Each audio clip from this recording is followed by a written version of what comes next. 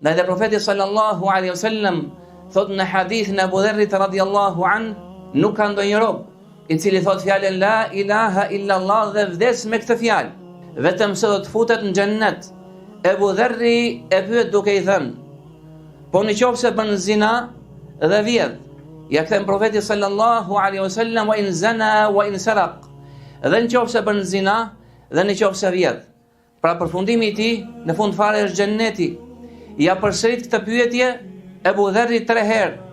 Dhe në të 3 herët profeti alayhi salatu wassalam i jep të njëjtën përgjigje. Dhe nëse bën zina dhe nëse ai vjedh. Më pas i thot: dhe nëse këtë gjë nuk e pëlqen Abu Dharri. Pra gjithsesi përfundimi i besimtarit është xhenneti. Gjithsesi këto hadithe që dërgojnë mëshirën e gjerë të Allahut, mëshirën e Tij të madhe, nuk duhet neve na bëjnë vetëm të mbështetemi në mëshirën e Tij, por besimtari duhet jetë si 2 krahët e zogut.